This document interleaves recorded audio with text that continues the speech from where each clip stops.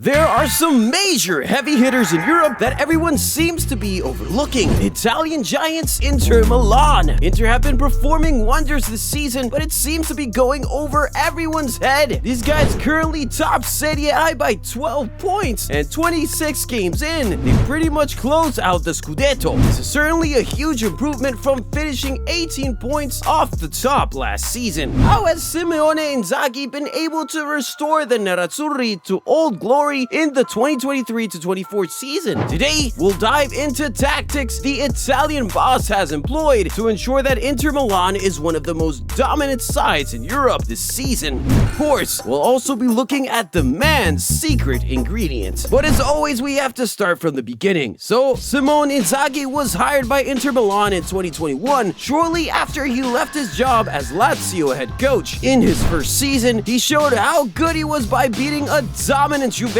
side to both the Supercoppa Italiana and Coppa Italia, and finishing second in the Serie A table. More than just the success they enjoyed under the new boss, Inter Milan looked like a reinvigorated side. Inzaghi imposed his tactics on the side pretty early, setting them up to play in a 3-5-2 formation. The toughest test they faced that season was Liverpool in the round of 16, and for a debut season, Inzaghi did great. Yes, Inter Milan got knocked out, but to lose 2-1 to eventual finalists in your second ever Champions League campaign as a coach was definitely impressive. But nobody was paying attention yet. It was not until Inter Milan made it to the 2022 Champions League final that some people began to look their way. But even then, many fans called it a fluke run. They said they had easy fixtures, having to face Porto, Benfica, and Milan on their way to the final. To be fair, compared to City, who had to face Leipzig, Bayern, and Madrid on their way to the final, it looked like Inter actually did have a much easier run. So everyone expected that the Nerazzurri will go back to their shell this season. But in fact, they look much better now than they have ever under Simone Inzaghi. Who has been able to do it? Well, first of all, his recruitment has been top-notch, effective, but also very economical. The most expensive purchase he has made as Inter Milan coach is Benjamin Pavard, the versatile World Cup winner who he got for 30 million euros for Bayern Munich. That's certainly a bargain for the 27-year-old who fits perfectly into Inzaghi's system, and you'll find out how later. He was also responsible for bringing in Denzel Dumfries, Jan Sommer, Hakan Çalhanoğlu, Henry Mkhitaryan, Juan Cuadrado, Marcus Thuram, Marko Arnautovic, and Francesco Acerbi, either on loan, for cheap,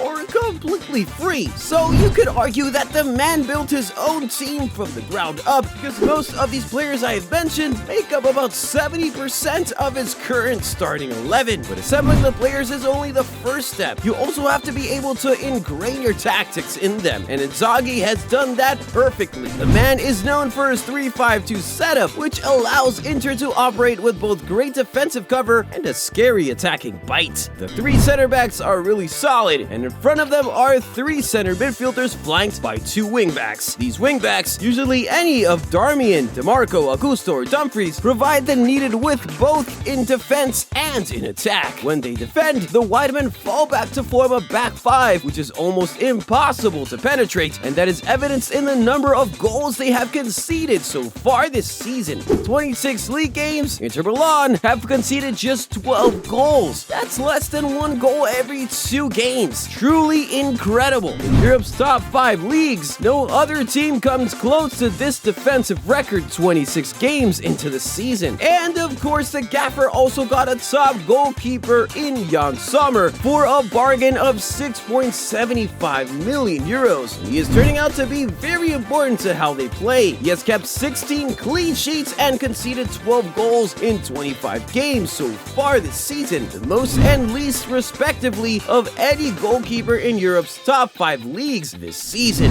And you know what's crazy? Inter Milan are doing this while also maintaining a very high attacking output. No team in Europe's top 5 leagues have been able to outscore Inter so far this season. These guys went 4 straight league games, scoring 4 goals in each match. They also boast the second highest goal scorer in Europe's top 5 leagues this season. You see, Inzaghi typically plays with 2 strikers, Lautaro Martinez and Marcus Thuram, with Alexis Sanchez and Marko Arnautovic often deputizing from the bench. These 2 guys up top allow Inter to adopt a very discreet approach to game games and cause an overload on the opposition defense. The wingbacks provide the width in attack, creating chances for the two strikers in the center of the pitch. This means that, while in attack, Inter are often set up in a 3-3-4 formation. Now, all this might seem basic, but Inzaghi adapts new layers to the formation depending on the team he faces. When they go up against a four-man defense, the four players in attack do a good job of pegging back the opposition defense and putting a lot of pressure on the back line. In games when they face a back three, which turned into a back five in defensive mode, Inzaghi has had to switch things up a little. Let's take the Champions League round of 16 game against Atletico Madrid, for example. You see, Diego Simeone sets up his team in a very similar formation with Inter Milan. A reliable goalkeeper, 3 center backs, 3 center midfielders, 2 flying wing backs, and 2 strikers up front. This means that, while in attack, Inzaghi's 4 attackers would be marked out by Atletico's 5 defenders. So what did he do to tackle this? He pushed his wing backs higher and spread his center backs even wider so that Atletico are spread super thin. And when they attacked, Pavard would sometimes push up the pitch, sort of like what Pep Guardiola does with John Stones, especially in the Champions League final against Inter. With Pavard that high up, anyone of Mkhitaryan, Barella, or Çalhanoğlu will drop back to create from deep, leaving Inter in a 3-2-5 setup, overloading Atletico's defense and making it difficult for the opponents to attack. And that explains why Atletico had no shot on target all game, while Inter had 5. In fact, the game would have ended on a higher win margin for Inter if not for their uncharacteristic wastefulness in front of a goal on the night. But of course, Pavard could not always go that high centrally, so at some stages in the game, Inzaghi had the boys playing with a very wide back 3. Bastoni and Pavard provided the width, while the wing-backs played a more inverted role, also forcing Atletico to stay in their own half for large portions of the game. And on the few occasions when Atletico came out to attack and press, Inter were able to hold on tight at the back and beat the press through brilliant passes from the defenders or very deep midfielders functioning as deep-lying playmakers. The game was an obvious tactical masterclass and was very beautiful to match. It was particularly interesting to see Diego Simeone being beaten in his own game. Now, one very interesting thing about the way Inzaghi's Inter Milan plays is the fluidity and rotations. It's obvious that the gaffer has drilled his players so well they can almost use them interchangeably, whether in different games or even in the same game. In the Atletico game, for example, he has each of the 3 midfielders functioning as deep-lying playmaker at different points in the game. Çalhanoğlu, Barella, Mkhitaryan. He also started out with an attacking duo of Lautaro Martinez and Marcos Thuram, but he was forced to take Thuram off halfway through the game due to an injury, and his replacement Marko Arnautovic came in, playing the exact same role, and even ended up getting that all-important winning goal on the night. Not to forget that Alexis Sanchez is also fully in the mix, and he gets sufficient playing time in his system as well. At the back, it's the same rotation. Dumfries sometimes comes in for Darmian, and Augusto sometimes comes in for DeMarco. But it generally doesn't matter who plays where or whenever Inter Milan have stepped on pitch this season. What we always seen is a well-drilled Simone Inzaghi team. Now, what's his secret ingredient? It's that little World Cup winner up front, Lautaro Martinez. The captain is having one hell of a season in front of goal, and that has really helped Inter Milan function at the optimum. He is Serie A's leading goal scorer by some distance, and not just that, in Europe's top 5 leagues, only Harry Kane has outscored him so far this season. That means that he's going to win the Scudetto, Capocannoniere, and possibly also the European Golden Shoe. It's crazy that this guy hasn't already started getting Ballon d'Or shouts because he has easily been one of the best players in the world so far this season. The Argentine forward has been responsible for more than 34% of Inter Milan's league goals, and to do that for the highest scoring team in Europe's top 5 leagues this season is super commendable. So now that the Serie A is pretty much done and dusted, I guess we should be focusing on other things. So how far do you think Inter will go in the Champions League this season with Simone Inzaghi's setup and tactics? Tell me in the comments. While you're there, hit the thumbs up and subscribe buttons. Catch you in the next video.